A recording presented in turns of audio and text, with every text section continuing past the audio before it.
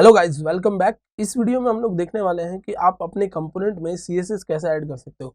So guys, जब भी आप एक रिएक्ट जेएस का ऐप क्रिएट करते हो तब आप देखते हो कि app.css करके एक फाइल में कुछ इनबिल्ट CSS लगी हुई रहती है जो हमने हमारे प्रोजेक्ट में पूरी पूरी हटा दी थी। अब हम लोग फिर से उस CSS को लगाना सीखेंगे और समझेंगे कि किस तरीके से आप CSS को इम्प्लीमेंट कर सकते हो अपने किसी भी कंपोनेंट के लिए। तो चलिए शुरू करते हैं। सबसे पहले हम अपने कंपोनेंट पे चलते हैं और मैं person.js वाला जो मेरा ये कंपोनेंट है, पर्सन कंपोनेंट, इसमें लगाने चाहता हूँ और ये मेरा जो डेटा है उसको थोड़ा सा स्ट्रक्चर्ड करना चाहता हूँ। तो चलिए, सबसे पहले मैं क्या करूँगा, सबसे पहले मैं यहाँ कंपोनेंट्स में एक नया फोल्डर बना लेता हूँ और उस फोल्डर का नाम रख देता हूँ CSS। ओके, तो ये CSS नाम का फोल्डर हो गया। आप चाहे तो इस अप्रोच को फॉलो कर सकते हैं या फिर एक और अप्रोच हम लोग फॉलो कर सकते हैं कि कंपोनेंट्स में हम लोग, चलिए उसी अप्रोच को फॉलो कर देते हैं। कंपोनेंट्स में हम लोग सब फोल्डर्स बना लेते हैं। ओके, तो मैं पर्सन नाम का एक अलग से फोल्डर बना लेता हूँ और मैं इसी में सारा एसेट रखूंगा पर्सन के रिलेटेड, यानी कि जो डेटा मेरा person.js है वो भी इसी में होगी और person.css जो है वो भी मेरी इसी में होगी। तो दोनों हम लोग इसी में रखेंगे। ओके, तो अब हम लोग क्या करेंगे, यहाँ पर person.css भी रखने वाले हैं, तो मैं इसको रीनेम कर देता हूँ person.css। ओके, तो ये मेरी एक CSS की फाइल हो गई और ये मेरी एक फाइल हो गई हमारी कंपोनेंट वाली। तो आप देख सकते हैं दोनों फाइल्स रेडी है। और सबसे पहले आपको क्या करना होगा, यहाँ पर करना होगा इंपोर्ट। और इंपोर्ट किसको करना है, आपको CSS को। तो आपको सीधा यहाँ पर ./person.css को इंपोर्ट कर लेना होगा। ओके, तो person.css यहाँ इंपोर्ट हो गई। और अब हमने स्ट्रक्चर इस तरीके से बनाया है कि हर कंपोनेंट इंडिविजुअल कुछ इस तरीके से बनेगा। ये एक एक्स्ट्रा कंपोनेंट है, वो मैंने डिलीट कर दिया। तो आप देख सकते हो कंपोनेंट, और कंपोनेंट के अंदर हमारा एक पर्सन वाला फोल्डर होगा और फिर उस पर्सन वाले फोल्डर के अंदर पर्सन से रिलेटेड दोनों चीजें आपको देखने मिल जाएगी। मैं थोड़ा सा इसको बड़ा करके दिखा देता हूँ। तो आप देखिए पर्सन नाम का फोल्डर और उसमें यहाँ person.js और person.css रेडी है। तो चलिए देखते हैं इसको अब क्या करना है हमें। तो हमें div को सबसे पहले स्टाइलिंग देनी है। तो div को स्टाइलिंग देने के लिए मैं यहाँ पर यूज करूंगा class name is equal to, और इसको मैं रख देता हूँ पर्सन बॉक्स। ओके, तो ये मेरा पर्सन बॉक्स हो गया। और फिर इसको यहाँ CSS में आकर मैं कुछ वैल्यू असाइन कर देता हूँ। तो मैं क्या करने वाला हूँ, इसको एक बॉक्स शैडो दे देता हूँ सबसे पहले। तो बॉक्स शैडो, ताकि हम लोगों को साइड में चीजें दिखती जाए। 0 पिक्सल्स, 0 पिक्सल्स, 5 पिक्सल्स। ओके, तो ये बॉक्स शैडो दे दी। और एक बार देख लेते हैं ये क्या कह रहा है, person.js नहीं मिल रहा है इसको, और ये कौन सी वाली फाइल में है ये भी हमको चेक करना पड़ेगा। तो चलिए इधर देखते हैं हमारे कंपोनेंट्स, कंपोनेंट में /person, और यहाँ पर person.js नहीं मिल रहा है। तो चलिए एक बार चेक कर लेते हैं एरर को। तो देखिए गाइज, ये एक जो एरर दिखा रहा है इसको रिजॉल्व करने के लिए हम लोग सिंपली क्या कर रहे हैं, यहाँ कंपोनेंट से जा रहे हैं और कंपोनेंट से हम लोग पर्सन में जा रहे हैं। देन हमने पर्सन नाम से दो फाइल्स बना रखी, person.css, person.js। तो मैं सिंपली एक बार के लिए यहाँ पर person.js लगा देता हूँ और जैसे JS लगाएंगे तो आप देख सकते हो ये हमारा स्ट्रक्चर रेडी है। और अब मैं इसको जो हाइट विड्थ देना चाहता हूँ वो भी दे देता हूँ। तो मैं यहाँ से विड्थ प्रोवाइड कर देता हूँ इसको कुछ, और विड्थ हो गई सपोज हमारी 500 px की, और मार्जिन ऑटो, ताकि एग्जैक्टली सेंटर में दिख जाए। ओके, तो ये आप देख सकते हो अब। और एक बार रिफ्रेश कर लेते हैं, ये बॉक्स आ गया। इसको पैडिंग वगैरह जो भी देनी है आप पैडिंग प्रोवाइड कर सकते हैं। तो मैं 10 पिक्सल्स की पैडिंग दे देता हूँ और कुछ इस टाइप का हमारा बॉक्स अब दिख रहा है। थोड़ा सा इसको मार्जिन दे देते हैं हम लोग टॉप से भी, तो 10 पिक्सल की टॉप से मार्जिन। तो ये हो गई हमारी CSS जो हम यहाँ से यूज कर रहे हैं। देखिए, ये हमारी जो person.css है वहां से हम लोग CSS लाकर यहाँ लगा रहे हैं।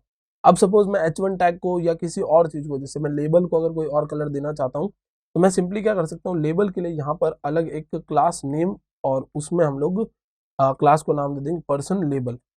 ओके, तो ये पर्सन का लेबल हो गया और पर्सन लेबल, और यहाँ से हम लोग CSS में वो प्रोवाइड कर देंगे। तो सिंपली आपको ध्यान क्या रखना है, आपको दो चीजों का ध्यान रखना है। एक तो आपको CSS इंपोर्ट करवानी है, और दूसरा आपको यहाँ पर ये जो पर्सन लेबल है उसको यहाँ असाइन करना है। और असाइन करने के लिए आपको क्या करना है, क्लास नेम एट्रीब्यूट का यूज करना है। अब रिएक्ट जेएस में 16.5 के बाद आप क्लास भी यूज कर सकते हैं। तो इस तरीके से अगर आप क्लास भी रखोगे तो भी वो एरर नहीं प्रोवाइड करेगा, बट एक वार्निंग जरूर देगा। अगर मैं देखिए यहाँ पर इसको कलर कर देता हूँ, और कलर में मैं एक इसका कोई पर्टिकुलर कलर चूज कर लेता हूँ। तो बस ये ब्राउन कलर मैंने चूज कर लिया। तो ये देखिए चेंज तो हो गया, बट यहाँ पर कंसोल में जब आप जाएंगे डेवलपर्स टूल में, तो ये यहाँ पर एक वार्निंग दे रहा है। It is not a error, ये एक वार्निंग है। और वार्निंग क्या कह रही है कि आप इसको प्रेफर ना करें, यानी जो क्लास है उसको प्रेफर ना करें, क्लास नेम को प्रेफर करें। और मोस्टली आप देखेंगे कि काफ़ी ज़्यादा टाइम आप क्लास नेम ही देखेंगे इस जगह पर लगा हुआ, काफ़ी लोग क्लास नेम को ही प्रेफर करते हैं, तो आपको भी इस तरीके से क्लास नेम ही यूज़ करना है। सो गाइज देखिए यहाँ तक ये हम लोगों ने लगा दिया। अब और जो भी प्रॉपर्टीज़ देनी है आप यहाँ से प्रॉपर्टीज़ चेंज कर सकते हैं और क्लासेस यहाँ पर लगा सकते हैं। अब बात आती है कि कभी हमें इनलाइन CSS की जब जरूरत पड़े, अगर मुझे इनलाइन CSS लगानी हो तो वो कैसे लग सकती है। तो इनलाइन CSS के लिए आपको क्या करना पड़ेगा, सपोज आप यहाँ इनलाइन CSS लगाना चाहते हैं तो आपको स्टाइल रखना होगा। स्टाइल इज इक्वल टू आपको एक ऑब्जेक्ट पास करना होगा यहाँ पर। तो ऑब्जेक्ट पास करने के लिए मैं क्या करता हूँ, स्टाइल नाम का एक ऑब्जेक्ट बना लेता हूँ।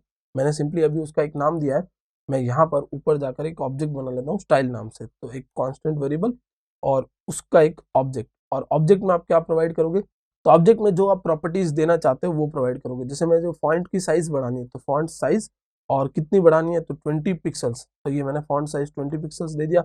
और आपको ध्यान रखना है कि जितनी भी प्रॉपर्टीज है सारी कैमल केस में होगी और वैल्यूज सारी सिंगल या डबल कोट के अंदर होगी। देन आपको फॉन्ट का कलर चेंज करना है, तो आप यहाँ पर आएंगे सिंपली कलर, और कलर मुझे क्या करना है तो मैंने रेड कलर कर दिया इधर सिंपली। तो ये आपको ध्यान रखना है कि जो ऑब्जेक्ट बन रहा है उसमें ये जो कीज है वो कैमल केस में होनी चाहिए। और अब आपका ये ऑब्जेक्ट सिंपली यहाँ असाइन हो जाएगा और आप देखोगे तो ये रेड कलर में दिख रहा है। फॉन्ट साइज अगर छोटी सी लग रही है आपको तो थोड़ी सी बढ़ा देते हैं, और ये देखिए फॉन्ट साइज बढ़ गई। तो ये है तरीका इनलाइन CSS देने का। अब इनलाइन CSS में हमने क्या किया है, एग्जैक्टली सिर्फ एक हमने यहाँ पर ऑब्जेक्ट बनाया और उस ऑब्जेक्ट को यहाँ हमने असाइन कर दिया। अब काफी जगहों पर आप ये तरीका भी देखेंगे, जैसे अगर मैं आई टैग के अंदर देखूं लगाकर, तो काफी डेवलपर्स इस चीज को भी प्रेफर करते हैं कि आपने स्टाइल लगाया, स्टाइल में आप क्या करेंगे यहाँ पर ये डबल करली ब्रैकेट्स लगाते हैं, डबल करली ब्रैकेट्स का पेयर लगाते हैं और फिर इसके अंदर सीधा स्टाइलिंग दे देते हैं। जैसे मुझे कलर देना है तो मैं इसके अंदर ही सीधा स्टाइलिंग देकर ब्लू कलर दे दिया मैंने। ओके, तो इस तरीके से भी काफी डेवलपर्स यूज करते हैं। तो काफी जगह पर आपको कोड ऐसे भी दिखेगा। यहाँ एक्चुअली हम लोग क्या कर रहे हैं, ये जो स्टाइल नाम का ऑब्जेक्ट अलग से बनाया था ना, उसको हम लोग यही बना दे रहे हैं। मतलब स्टाइल नाम का मैंने कोई ये वेरिएबल बनाया ही नहीं, मैंने सीधा यहीं पर ऑब्जेक्ट फेच करवा दिया। और ऑब्जेक्ट फेच करवाने के लिए यानी JSX में जावास्क्रिप्ट को लिखने के लिए आपको करली ब्रैकेट्स लगाने पड़ते हैं। तो जो पहला करली ब्रैकेट्स का सेट है वो है JSX में जावास्क्रिप्ट को इंप्लीमेंट करने के लिए, और दूसरा करली ब्रैकेट्स का जो सेट है वो है ऑब्जेक्ट बनाने के लिए। तो ये अलग अलग तरीके हैं। सबसे पहला जो तरीका है वो है कि आप अपनी एक person.css बनाओ और person.css को यहाँ पर यूज करो और जो भी क्लास नेम्स है वो यहाँ से लिंक कर लो।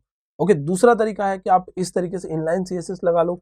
अब जो तीसरा एक तरीका है वो ये कहता है कि जब आप इनलाइन CSS लगा रहे हो तो सपोज आपने इधर एक अलग लेबल बनाया। ओके, तो इधर आपने लेबल बनाया और लेबल में आपने एक क्लास नेम दे दिया और उस क्लास का नेम हो गया पर्सन लेबल। ओके, सपोज आपने ये एक नेम दे दिया, या फिर आप यहाँ से पर्सन लेबल हटा दो, आपने सिर्फ लेबल नाम से कोई क्लास बनाई और यहाँ पर भी मैं सिर्फ लेबल नाम रख देता हूँ। अब लेबल नाम से जो क्लास है वो मैं कहीं और भी यूज करता हूँ। जैसे मैंने अगर यहाँ पर भी यूज किया टेस्टिंग में, तो आप देखोगे कि ये जो है जो लेबल नाम की क्लास है उसको भी सेम कलर दे रहा है। आप देख सकते हो यहाँ पर लेबल नाम की क्लास को जो कलर मिला है वो टेस्टिंग को भी सेम कलर मिल गया, बट हमें ये एग्जैक्टली करवाना नहीं था। ओके, मैं इधर क्या करता हूँ H1 टैग ले लेता हूँ ताकि आपको थोड़ा सा वो फॉन्ट विजिबल रहे। और देखिए टेस्टिंग मिल रहा है, जबकि मुझे क्या करना चाहिए था, मुझे क्या करना था कि ये जो person.css है वो इस पर्टिकुलर कंपोनेंट की पर्सनल CSS बने, कहीं और यूज ना कर सके। बट अगर आप कोड को इंस्पेक्ट करके देखेंगे तो आप देखेंगे कि यहाँ पर ये क्या करता है, CSS को लिंक करता है। और जब CSS लिंक करता है, मैं यहाँ से आपको राइट क्लिक करके इंस्पेक्ट करके दिखाता हूँ। तो जब ये CSS लिंक करता है तो ये क्या कर रहा है, कुछ इस तरीके से पर्सन बॉक्स और लेबल ये सारी क्लासेस लेके आ रहा है। और क्लासेस कहाँ से लेके आ रहा है, तो जैसे आप person.css से ये क्लास लेके आ रहा है, तो ये क्लास क्या हो रही है, पूरे पूरे पेज में कॉल हो रही है, हमें पूरे पेज में कॉल नहीं करवानी है। तो उस केस में हम लोग मॉडल CSS बनाते हैं, जो नेक्स्ट वीडियो में हम लोग डिस्कस करेंगे एक डिटेल में, ताकि आप किसी भी CSS की फाइल को किसी भी कंपोनेंट की पर्सनल CSS बना सकें। आई होप गाइस ये कंसेप्ट आपको अच्छे से समझ में आ गया होगा। Thank you so much.